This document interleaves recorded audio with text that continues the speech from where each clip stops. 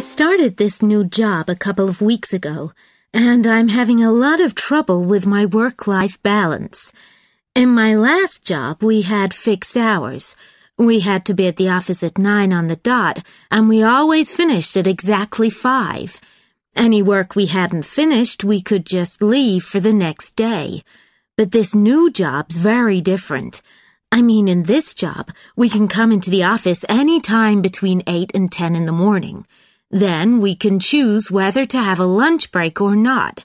Then it gets a bit complicated. If we have a lunch break, we can leave between 4 and 6. If we don't have a lunch break, we can go home between 3 and 5. Okay, well, at first this system sounded really good, especially for me because I have young children. But the problem is that if we haven't finished our work, we have to finish it off at home. So it's actually very difficult to draw the line between work and home. For example, on Mondays, I can leave the children at school, go to the gym, and get into the office quite late. But I can't take a lunch break because I need to leave early to pick the children up from school. They come out at 4. Then I have to work from home in the evening to finish what I have to do. If you look at this chart, you can see how we plan our projects. This one is a survey we're working on this year about where people like to shop. Okay. Well, we always start by having a team meeting. That's in the first column called tasks.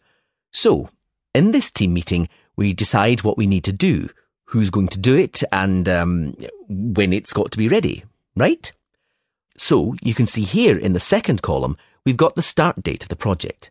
That's the 23rd of January. That's the same day we have the team meeting. If you look down the tasks column, you can see that the first thing we have to do is write a draft questionnaire.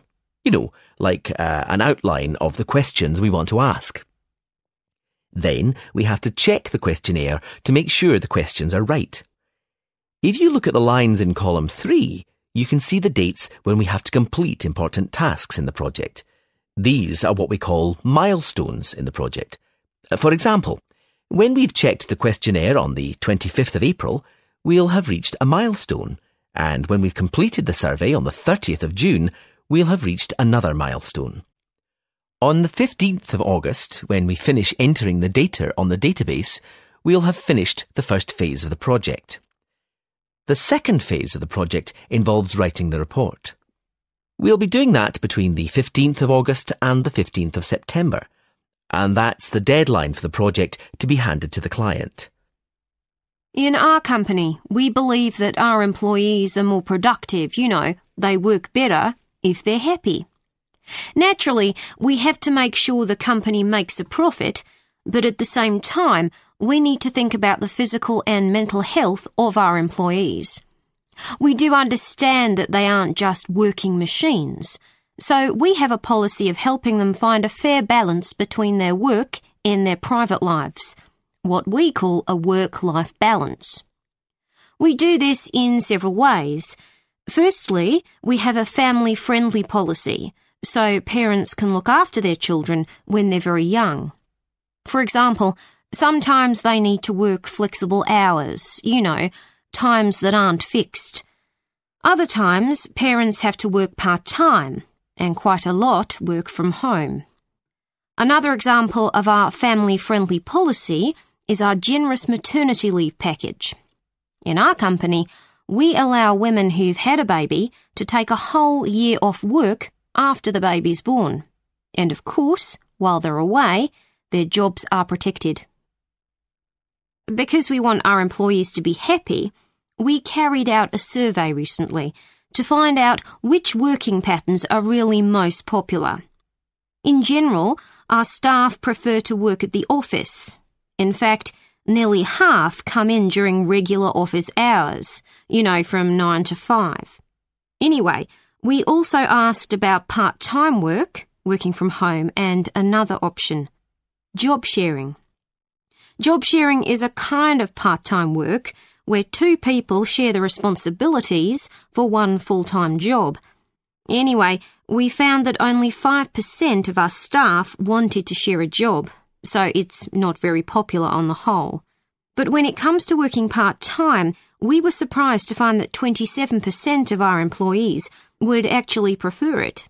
That's a very high number, really, over a quarter of the staff. And then it was interesting to see that quite a lot of our staff, 20% in fact, would like to work from home. I'd like to give you an example of the kind of person who benefits most from our family-friendly policy. Sally is one of our assistants in accounting who has 2 small children. Sally's husband travels abroad a lot, so she has to look after the children on her own most of the time. Both the children go to a nursery early in the morning.